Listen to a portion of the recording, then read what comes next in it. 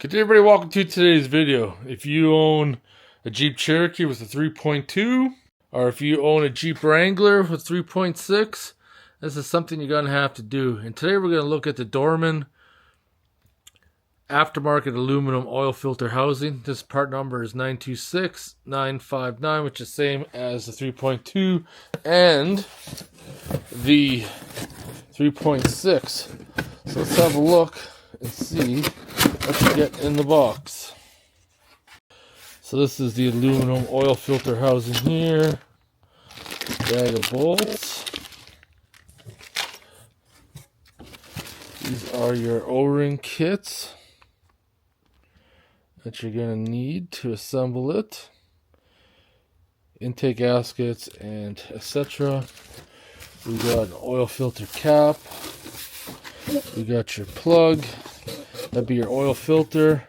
One thing I wasn't impressed with, and I'm going to have to lap it, is that you can see the oil filter cooler housing here is a little rough. I'm not sure what happened there. I'm going to have to just lap it to get rid of any high spots. So this is the aluminum oil filter housing here. Cooler's not installed. We'll have to install that. So the biggest problem that they have with these is that the factory OEM one is completely plastic. So it happens over time. If you tighten your oil filter cap too much, you'll crack the housing. But especially in the winter time, is that they'll start to leak. And once they start to leak, it is game over. So at some point in your life, if you haven't already, you'll have to replace the oil filter cooling housing. This is the way to go, is to do an aluminum body. So the way this is set up is that we got to assemble it. We got to take the sensors off the old one, install it on this one. There's a coolant hose.